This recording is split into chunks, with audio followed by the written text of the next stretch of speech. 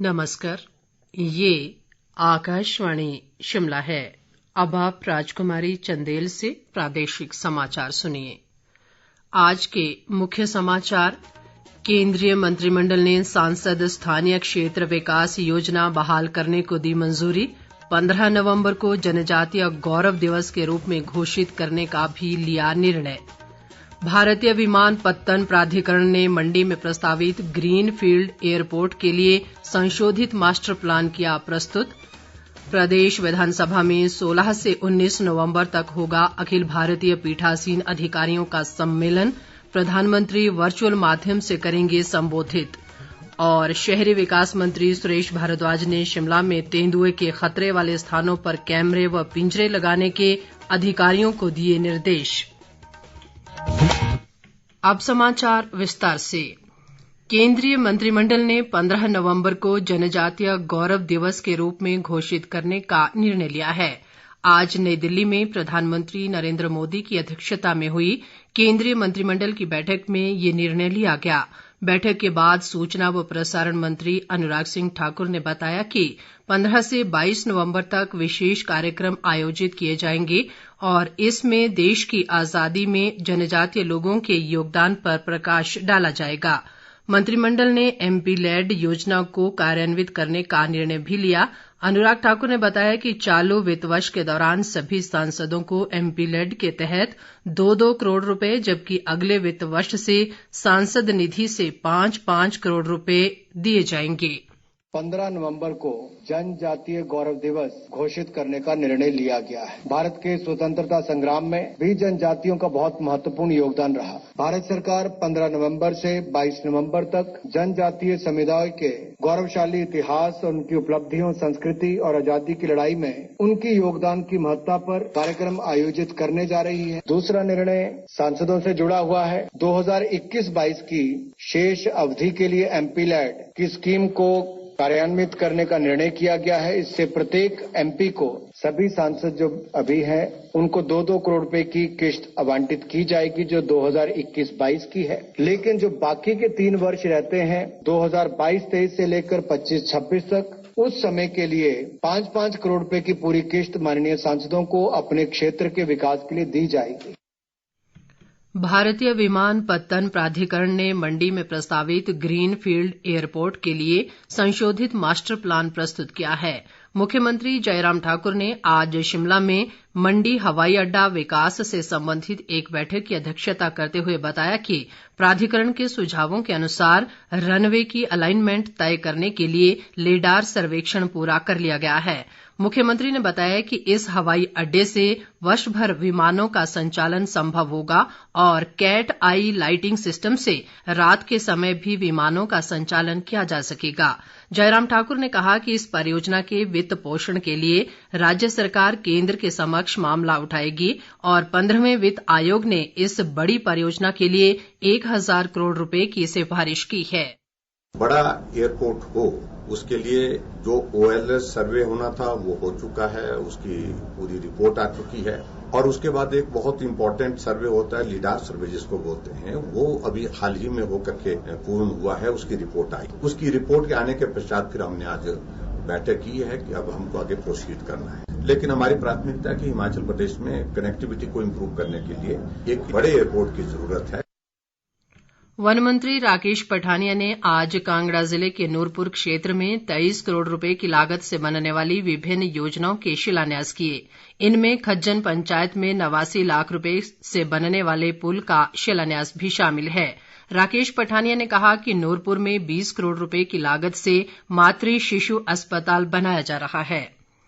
प्रदेश के सरकारी स्कूलों में आज से 3री से 7वीं कक्षा तक के बच्चों के लिए लगभग 1.5 साल बाद नियमित रूप से कक्षाएं शुरू हो गई हैं। शिक्षा विभाग ने इस संबंध में एसओपी जारी कर दी है। स्कूलों में कमरों की क्षमता के अनुसार 50% विद्यार्थियों को ही कक्षा में बिठाया जा रहा है। मिड डे मील, प्रार्थना सभा और खेलकूद सहित एकत्र होने वाली अन्य गतिविधियों पर रोक रहेगी।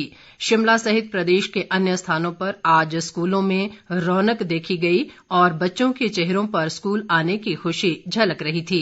शिक्षा विभाग ने विद्यार्थियों की अधिक संख्या वाले स्कूलों में 2 शिफ्टों में कक्षाएं लेने का प्रावधान किया है। सरकार के आदेश के अनुसार पहली व दूसरी कक्षा के विद्यार्थी 15 नवंबर से स्कूल जा सकेंगे। सामाजिक न्याय व अधिकारिता मंत्री सरवीण चौधरी ने आज कांगड़ा जिले के रुलेहेड़ पंचायत में आयोजित युवा उत्सव में मुख्य अतिथि के रूप में भाग लिया। उन्होंने कहा कि युवाओं की सांस्कृतिक प्रतिभा उभारने में ऐसे उत्सव महत्वपूर्ण भूमिका निभाते हैं। सरवीण चौधरी ने लोक नृत्य, लोकगीत और वाद्य संगीत जैसी प्रतियोगिताओं के विजेताओं को पुरस्कार बांटे। प्रदेश विधानसभा में 16 से 19 नवंबर तक अखिल भारतीय पीठासीन अधिकारियों का 7वां सम्मेलन आयोजित किया जाएगा। लोकसभा अध्यक्ष ओम बिरला इसमें मुख्य अतिथि के रूप में शामिल होंगे, जबकि प्रधानमंत्री नरेंद्र मोदी 17 नवंबर को वर्चुअल माध्यम से सम्मेलन का उद्घाटन करेंगे। विधानसभा अध्यक्ष विपिन सिंह परमार ने आज शिमला में एक पत्रकार वार्ता में बताया कि इसमें 36 राज्य विधान परिषदों व विधानसभाओं के पीठासीन अधिकारी, उप पीठासीन अधिकारी और प्रधान सचिव भाग लेंगे। सम्मेलन में कुल 378 प्रतिनिधि भाग लेंगे। परमार ने बताया कि 100 वर्ष पहले वर्ष 1921 में शिमला में अखिल भारतीय पीठासीन अधिकारियों का पहला सम्मेलन आयोजित किया गया था। पीठासीन अधिकारियों का सम्मेलन 16 तारीख से लेकर के और 19 तारीख के मध्य में होगा। काउंसिल चैम्बर इसी विधानसभा परिसर में ये इसका शुभारंभ और समापन होगा। ये हमारे लिए संयोग सौभाग्य की बात है कि जब ब्रिटिश हुकूमत थी उस समय यहीं पर ये सम्मेलन हुआ था और आज 100 वर्षों के बाद ये मौका हमें प्राप्त हो रहा है। इस स्पीकर कॉन्फ्रेंस में विधायी कार्यों के बारे में, लेजिस्लेशंस के बारे में, लोकतंत्र को कैसे मजबूत किया जाए, यहाँ एजेंडा निर्धारित लोकसभा के द्वारा रखा जाता है। 17 तारीख को 10:28 पर प्रधानमंत्री जी वर्चुअली जुड़ेंगे और उनका हमें मार्गदर्शन प्राप्त होगा। शहरी विकास मंत्री सुरेश भारद्वाज ने वन अधिकारियों को शिमला शहर में तेंदुए के खतरे वाले स्थानों को हॉटस्पॉट चिन्हित कर वहां कैमरे व पिंजरे लगाने के निर्देश दिए हैं। शिमला में आज अधिकारियों के साथ एक बैठक में उन्होंने कहा कि ऐसे स्थानों पर स्ट्रीट लाइटें भी लगाई जानी चाहिए और सूचना देने के लिए एक फोन नंबर भी जारी किया जाए। सुरेश भारद्वाज ने हिमुडा के अधिकारियों के साथ भी एक बैठक की और लोअर बाजार में बन रही दुकानों का कार्य जल्द पूरा करने के निर्देश दिए। राज्यपाल राजेंद्र विश्वनाथ आर्लेकर ने आज नई दिल्ली में केंद्रीय सड़क परिवहन व राजमार्ग मंत्री नितिन गडकरी से भेंट की। इस दौरान उन्होंने प्रदेश हित से जुड़े अनेक मुद्दों पर केंद्रीय मंत्री से चर्चा की। बाद में राज्यपाल ने राज्यसभा सांसद व भारतीय सांस्कृतिक संबंध परिषद के अध्यक्ष डॉक्टर विनय सहस्त्रबुद्धे से भी मुलाकात की। अंत में मुख्य समाचार एक बार फिर। केंद्रीय मंत्रिमंडल ने सांसद स्थानीय क्षेत्र विकास योजना बहाल करने को दी मंजूरी। 15 नवंबर को जनजातीय गौरव दिवस के रूप में घोषित करने का भी लिया निर्णय। भारतीय विमानपत्तन प्राधिकरण ने मंडी में प्रस्तावित ग्रीनफील्ड एयरपोर्ट के लिए संशोधित मास्टर प्लान किया प्रस्तुत। प्रदेश विधानसभा में 16 से 19 नवंबर तक होगा अखिल भारतीय पीठासीन अधिकारियों का सम्मेलन। प्रधानमंत्री वर्चुअल माध्यम से करेंगे संबोधित। और शहरी विकास मंत्री सुरेश भारद्वाज ने शिमला में तेंदुए के खतरे वाले स्थानों पर कैमरे व पिंजरे लगाने के अधिकारियों को दिए निर्देश। इसके साथ ही ये समाचार बुलेटिन समाप्त हुआ। नमस्कार।